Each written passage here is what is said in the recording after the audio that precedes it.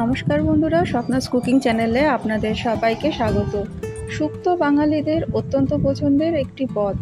এই রকম একটা শুক্তো খুব অল্প মশলায় সহজভাবে বাড়িতে বানিয়ে নিতে পারবেন, সেই রেসিপিটাই আজ আমি শেয়ার করছি আপনাদের সাথে।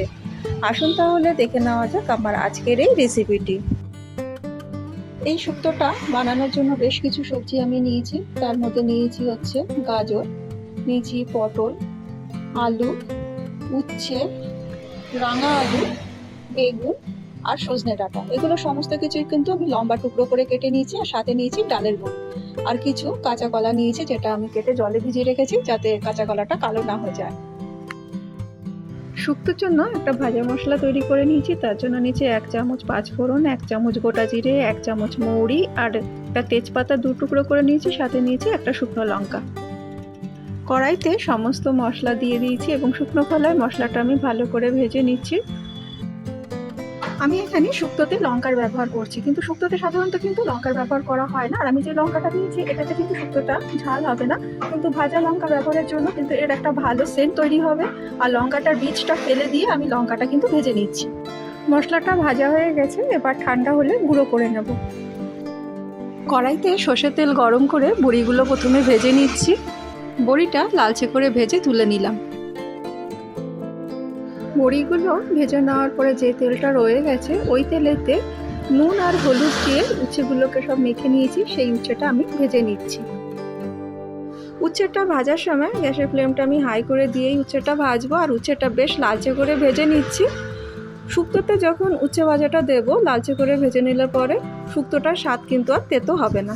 উচ্ছেটা লালচে করে ভেজে নিয়েছি, এবার তুলে নিচ্ছি। উচ্ছে ভেজে নেওয়ার পরে যে তেলটা রয়ে গেছে ওই তেলেতেই বেগুনটা ভেজে নেব। বেগুনটাকে আমি নুন হলুদ দিয়ে মাখিয়ে রেখেছি, বেগুনটা দিয়ে দিলাম।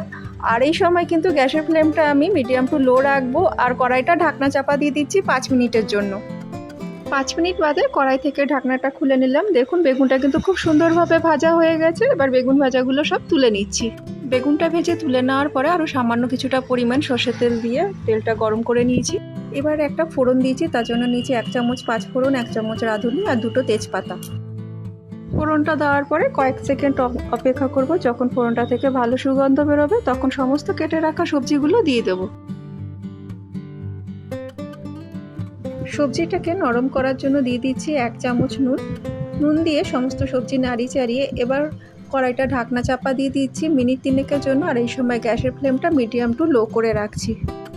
মিনিট 3 বাদে আমি কড়াইয়ের ঢাকনাটা খুলে নিলাম, আর সবজিতে দিয়ে দিচ্ছি এখানে 1 চামচের 1/2 চামচ হলুদ গুঁড়ো। এতে শুক্তোর কালারটা বেশ ভালো আসবে, সেই জন্য দিলাম।